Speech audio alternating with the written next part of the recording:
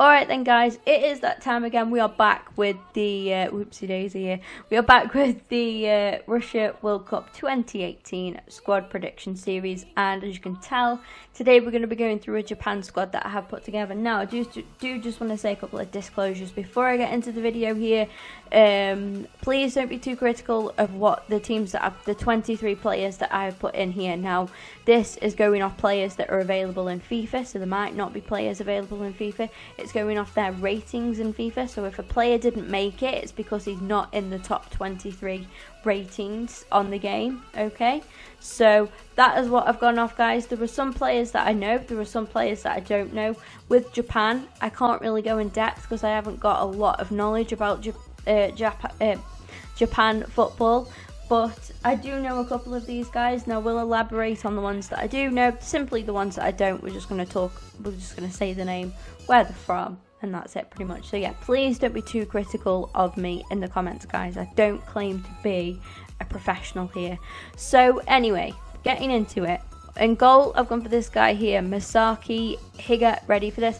Higa Shiguchi. I think I pronounced that pretty damn well. Obviously a goalkeeper who plays in the Japan League for Gamba Osaka. Next up we have got Hiroki Sakai, I think that's pronounced, from France's Olympique Marseille. Next up, finally, a player that I can elaborate a little bit on. So this is Maya Yoshida of Southampton in the Premier League. Now this season, Yoshida has actually made 21 appearances for Southampton. Scored 2 goals. He's got a pass succession rate of 85.1%. His strengths include passing and concentration. His weaknesses include crossing, although I think for a centre half it's not really that important that he can cross the ball. And also holding onto the ball, so he's not very strong on the ball basically. But yeah, he's got a very sort of passing style of play. He likes to play a lot of short passes, and he likes to play a lot of sort of forward passes as well. And also he is quite a threat from indirect set pieces, so that could be helpful for Japan in the tournament. Next up we have got Gen Shoji, another centre back who again is from the Japanese league and plays for Kashima Antlers. Yeah, I did pronounce that right, yeah, I think. Next up, again, another player I'm fairly familiar with, the left back Yuto Nagatomo. Now, this guy, I mean, a high work rate is something to expect throughout all of these. Japanese players seem to just work insanely hard, which is incredible. Look at that weak foot as well, by the way. 5-star weak foot, damn. So he has recently transferred from Inter, which is where I knew him best. He was at Inter for quite a while, I think. Inter this season, he actually made 13 appearances as well. But yeah, he's since gone over to Galatasaray, made 7 appearances for them in all competitions this is, and also has 2 assists to his name. Again, he's another defensive player that likes passing. He's probably... He does have a high work rate, but I would say that he's slightly better attacking than defending. Yeah, he does like to play a lot of key passes. He's very good at making key passes as well. Hence the 2 assists that he's already got for Galatasaray in just 7 games.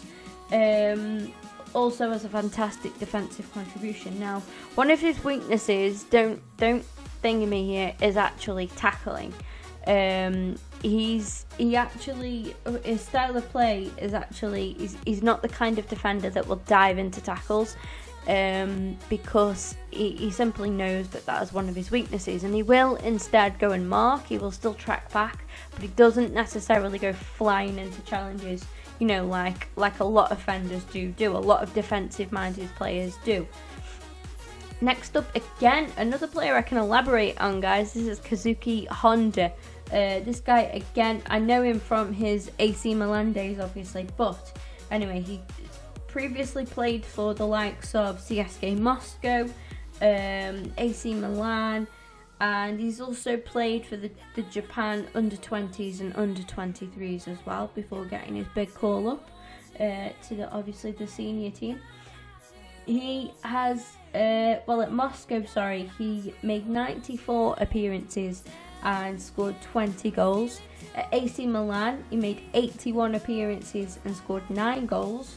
At his current team where he's at now, Pachuca, he's made 21 appearances and has scored 7 goals so far. So he likes his goals, does Honda. He really does. I think he was I'm pretty sure he was on Chelsea's radar at some point as well. But I think he went to Milan instead, I think. I'm not too sure. It might have been while he was at Milan, actually, and I think he decided to stay. Then recently he's gone over to the Mexican League, obviously, to play for Pachuca. So yeah, for the Japanese, for the Japan under-20s, he only played 1 game for them, but still, every little helps. He then went on to the under-23s, made 18 appearances and scored 5 goals. Since then, for obviously the Japan senior team, he has made 90 appearances and scored 36 goals. Very, very crucial for Japan, I think, going into the World Cup. Next, we've got Kengo Nakamura. He plays for the Kawasaki over in the Japanese. I can't even speak for some reason, guys. The Japan League. And again, another player I can't elaborate on, Shinji Kagawa. Now, this guy, he does have some history, this guy. Previously played for Borussia Dortmund in 2010 to 2012, where he made 49 appearances and scored 21 goals. He then went to Manchester United in 2012. And he stayed there for 2 years, left in 2014. During his time at Man United, he made 38 appearances, scored 6 goals. But yeah, then he returned to Borussia Dortmund back in 2014. Obviously, he stayed there until the current and up until now. 95 appearances he's made since then and has scored 20 goals. He does like his assists as well, does Shinji Kagawa. He has played for the Japan under-19s, played 4 games for them. Played for the under-20s as well, 2 games he got for them. The under-23s, 3 games he had for them. And then, since then, played for the Japan senior team, 89 appearances and 29 goals to his name. I'm pretty sure he'll be going into the World Cup hoping to rate that, get into 30 goals. That would be pretty good for him, I think.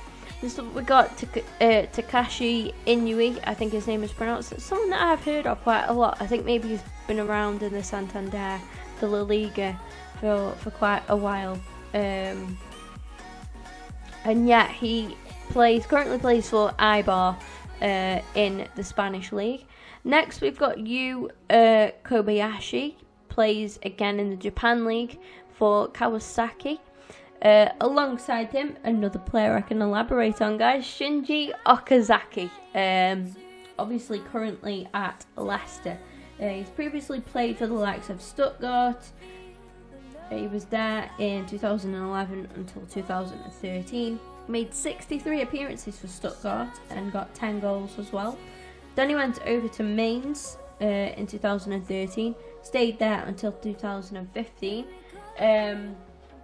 Where he made 65 appearances for them and scored 27 goals. Since then, obviously, he's been at Leicester, was part of the Leicester side that won the Premier League, the absolutely fairy tale of a season that Leicester had. Been there, obviously, up till the present date. 90 appearances he's made and has scored 14 goals for Leicester. For Japan, he's actually played for the under-23s, made 14 appearances and scored 1 goal for them. And then straight from the under-23s up into the senior team, where he's since made 108 appearances, guys. That is some accomplishment, and 50 goals to his name for his senior national team as well. Moving on to the bench and reserves now, we've got E.G. Kawashima, plays for League One side Metz over in the French league there. Then we've got Makoto Hasebe, plays for Frankfurt in the Bundesliga. We've then got Yuya Osako, plays for Köln in the German league. Then we've got a return to the Japanese league now with Cerezo, Ahsoka's Hiroshi Kiyoteki. I think that is pronounced there. Look at the work rate on these guys. This is absolutely insane. Next up, we've got Ryota Morioka, plays in the, is that the Belgian league, I think, for Wassel Beveren? Yeah, that's right, isn't it? Next up, we've got Muto from Mainz in the German league. Look at, these work rates are absolutely impeccable, I have to say. Genki Haraguchi in the second German division for Dusseldorf. And then Yuya Kubo for, again, in the Belgian league for Ghent. The German league, Hamburg. Next up, we've got from there Sakai again.